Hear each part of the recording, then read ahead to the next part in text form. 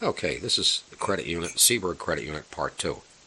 When you make a selection, this big solenoid is the thing that does everything.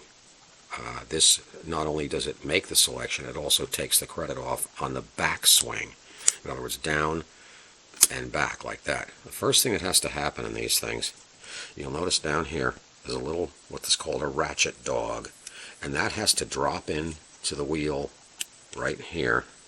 That has to drop into one of the 6 notches in this wheel to prevent the wheel from moving backwards. If the wheel moves backwards, then the little snap switches, these things right here, these little snap switches, can't reset. They can't go into the ramp if the wheel is allowed to move backwards. So that's why that little spring-loaded dog right there engages there. That stops it from moving backwards. Then there's another one over here, right in here. You're going to have to just look, and it's going to come around. See that right there with that little L-shaped bracket? You can watch now, and that clicks like that into the wheel, into one of the other notches on the wheel, and then pulls the whole thing forward like that. Remember, this is going in super slow motion. So as I say, first it pulls in like this, and that ratchet dog stops the wheel from moving backwards, and then this one here drops down. You hear the click, and it drops down. That's also under a little spring. If either of those two get gummy, it can't do what it's supposed to do.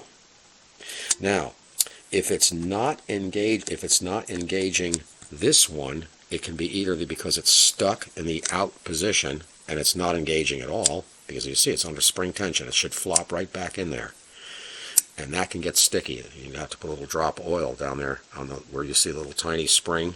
You see a little spring in there, put a little drop of oil so it gets in between there and work it back and forth.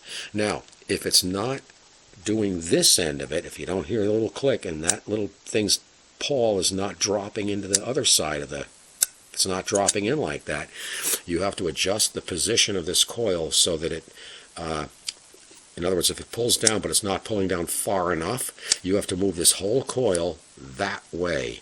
And then when you do that, a little bit complicated, you have to remove the 2 screws from the timing relay right here, which I've already done, and then you very, very, very carefully move the timing relay out of the way so that you can get to the 4 mounting screws down here.